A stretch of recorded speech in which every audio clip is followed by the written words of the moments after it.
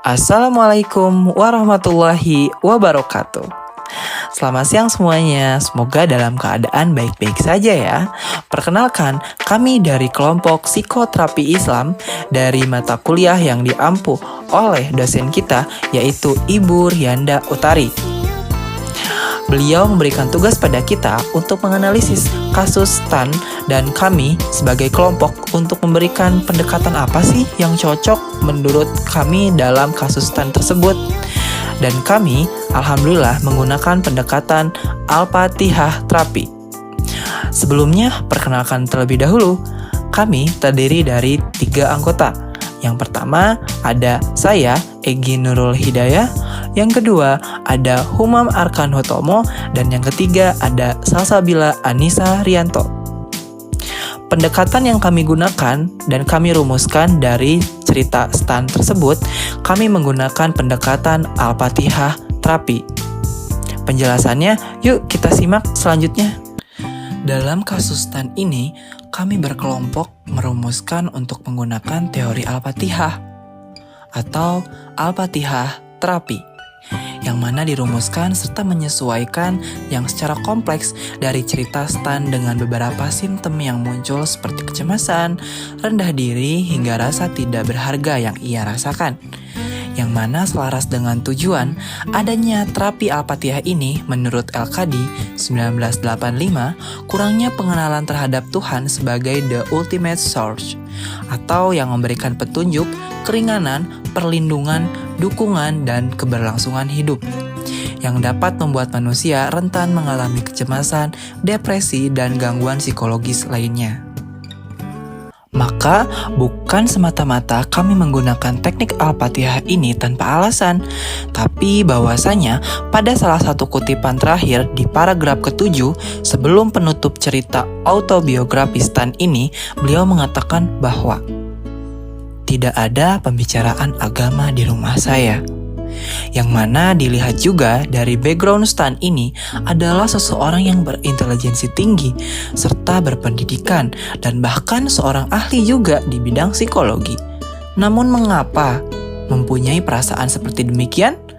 Kami menyimpulkan bahwa dirinya kurang pemahaman mengenai hebatnya campur tangan agama di dalam kehidupan sehari-harinya, terutama dalam proses berpikir dalam melanjutkan pendidikannya. Kami mengumpamakan yang mana STAN ini beragama Islam, yang mana dengan mencoba terapi Al-Fatihah ini diharapkan STAN mampu menyeimbangkan kemampuannya dalam berpikir dalam proses mengejar cita-citanya menjadi seorang konselor yang selaras, nantinya diiringi dengan kemampuannya untuk memahami pentingnya serta meyakini kekuatan Tuhan, yaitu Allah Subhanahu wa Ta'ala, dalam tiap proses berikhtiar di dunia. Maka dituangkanlah dalam tadabur terapi yang digunakan seperti demikian. Kemudian, selanjutnya adalah isi dari lembar tadabur. Untuk isinya sendiri, yang pertama adalah situasi, yang dimana mencakup mulai dari rasa bersalah ataupun cemas. Kemudian selanjutnya adalah pikiran ataupun keyakinan yang disfungsional, yang mencakup mulai dari merasa tidak berharga, menginginkan perceraian orang tuanya, ataupun bukan lelaki sejati. Selanjutnya adalah ayat pertama dan ayat kedua dari surat Al-Fatihah. Bismillahirrahmanirrahim. Alhamdulillahi rabbil alamin. Saya mampu menjadi manusia berguna bagi semua orang. Maka apa jawaban Allah? Hambaku telah memujiku. Hambaku bersyukur kepadaku. Maka sebagai seorang terapis harus mengatakan, STAN, kamu orang hebat dan mampu berdiri sendiri dalam kesedihan. Maka mintalah bantuanmu pada Tuhanmu, Allah, dengan memujinya. Berikutnya adalah ayat ketiga. Ar-Rahmanir-Rahim. Saya sangat bahagia dengan diri saya sendiri. Maka apa jawaban Allah? Hamba aku telah menyanjungku. Sebagai seorang terapis harus mengatakan, STAN, dirimu sangat berharga. Sayangi dia. Hargai dia di atas perjuangannya. Karena Tuhanmu, juga Allah, telah menyanjung serta memujimu. STAN. Kemudian selanjutnya adalah ayat keempat. Maliki yaumiddin. diriku amat sangat berharga. Maka apa jawaban Allah? Hambaku telah memuliakan aku. Hambaku menyerahkan urusannya kepada aku. Sebagai seorang terapis, mengatakan, Stan, dirimu sangat luar biasa. Sampai-sampai Tuhanmu Allah memuliakanmu sebagai manusia. Maka serahkanlah urusanmu pada Allah yang memilikimu. Selanjutnya adalah ayat kelima. Iyyaka na'budu wa iyyaka nasta'in. Saya laki-laki yang tangguh. Maka apa jawaban Allah? Ini yang diantaraku dengan hambaku dan terserah pada hambaku apa yang ia minta. Maka sebagai seorang terapis berkata, Stan, kamu laki-laki yang tangguh dan hebat. Kamu bisa bertahan menempuh pendidikanmu. Di tengah kamu menjalani kepedihanmu yang belum tentu laki-laki mampu sekuat dirimu.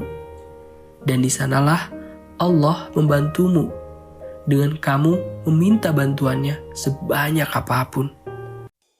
Selanjutnya pada ayat 6 dan 7 yang bunyi ayatnya Ihdinas siratal mustaqim siratal ladzina an'amta 'alaihim ghairil maghdubi 'alaihim waladdallin. Nah, di sini Stan menuangkan pikiran keyakinan fungsionalnya bahwa aku sangat disukai para perempuan. Nah, jawaban Allah pada ayat tersebut, itu semua aku beri pada hambaku dan terserah pada hambaku apa yang ia minta. Nah, lalu kita sebagai terapis mengatakan, Stan, kami tahu bahwa Tuhanmu Allah telah menyiapkan jodoh bagimu yang begitu istimewa. Allah menciptakanmu berpasang-pasangan antara laki-laki dan perempuan. Maka percayalah Tuhanmu telah menyiapkannya. Pada slide selanjutnya, apa yang diharapkan atau apa yang dirasakan setelah sesi terapi dilakukan pada Stan.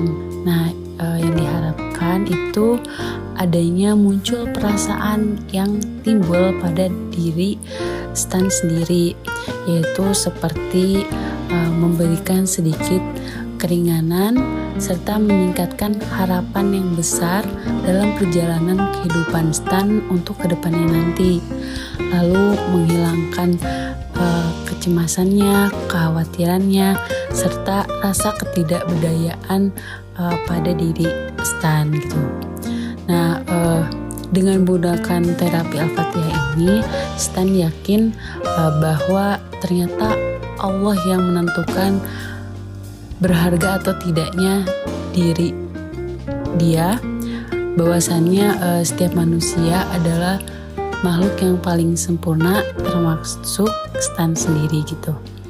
Nah, tujuan dari terapi Al-Fatihah yang dilakukan kepada Stan yaitu menunjukkan bahwa membaca Al-Quran itu mampu mengurangi perasaan disfungsional seperti depresi, kecemasan, kekhawatiran, dan lain-lainnya.